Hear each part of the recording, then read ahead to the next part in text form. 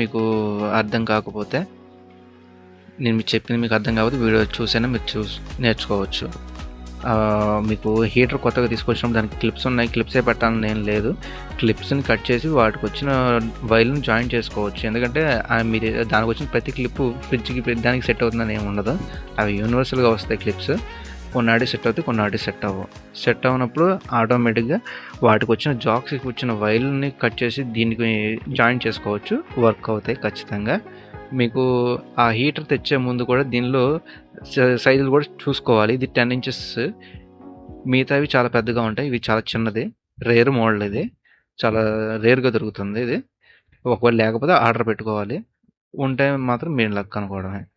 ఎక్కువగా దొరికేది 12 ఇంచెస్ మాత్రం ఖచ్చితంగా దొరుకుతుంది. 10 ఇంచెస్ది రేర్గా దొరుకుతుంది. ఇది రేర్ అంటే మా ఏరియాలో రేర్ అనుకోండి, మీ ఏరియాలో దొరుకుతుంది అనుకోండి.